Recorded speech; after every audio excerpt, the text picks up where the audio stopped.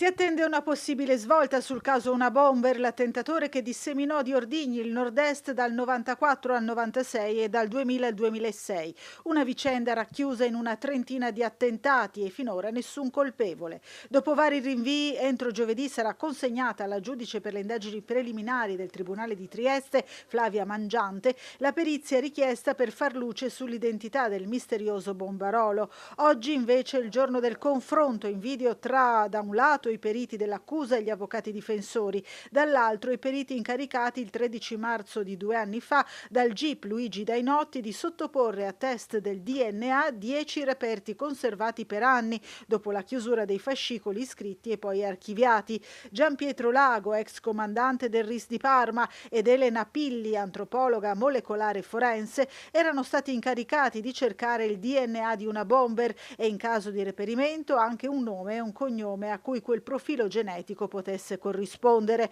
Nessuno degli 11 indagati all'epoca ritenne di presentarsi in aula. Il protrarsi dell'attesa ha causato la decorrenza dei termini di prescrizione per tutti gli attentati meno uno, quello del 6 maggio 2006 a Porto Santa Margherita a Caorle, quando scoppiò un ordigno nascosto sotto un tappo di una bottiglia contenente un messaggio e un infermiere di Mestre, all'epoca 28enne, rimase ferito.